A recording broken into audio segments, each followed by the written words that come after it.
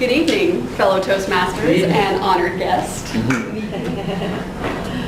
Imagine for a minute the last time that you felt really good. I'm not talking about the last time you didn't have a sniffle or the last time your throat was sore, because we are, after all, in cold and flu season. But when was the last time that your allergies really were seasonal? When was the last time that your heartburn only happened after you ate those spicy chicken wings and could be controlled with a couple of Tums? When was the last time you felt really good and didn't have to think about that thing in your body? Now imagine the progression from the last time you remember feeling really good to now. How has that thing that bothers you changed over time? Maybe it's that your digestive issues, which are far more common than you'd like for them to be, started during that girls' weekend you took to Mexico. Or maybe it started with a warning from your doctor that your blood glucose levels might not be where they need to be, and have now progressed to the point that you have to remember to take your metformin every day. Now, I'm not asking you to think about this progression to try to distress you about what's going on in your body, but rather to illustrate that you know that it takes time for the body to change. And this is true all the time. As time passes, the body is changing in positive or negative ways. And I'm going to give you 3 examples that prove that. Actually, I'm only going to give you 2 examples because you already provided the first one. As you thought about what has happened in your body from the last time you remember just feeling good until now, you have proven that through your own experience, the body changes over time. Now, the second example about how the body changes, the way it takes time to change, is when we use medications.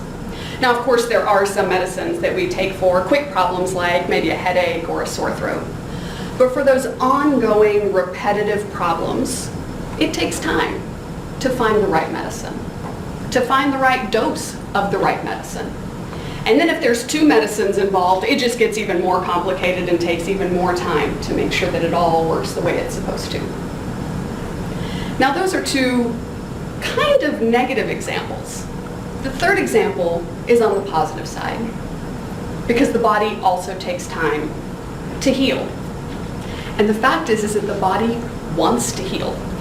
Our bodies are these incredible systems that want to be in balance and functioning well. Our body's goal is to keep us alive, and it wants to do that in the easiest way possible, which is when we're healthy. So let me give you 2 specific examples about how that works. Let's say that you wanted to reduce your desire for either salt or sugar in your food. If you were to reduce your intake of salt or sugar, in 24 days, you would literally change the way you perceive the taste of food.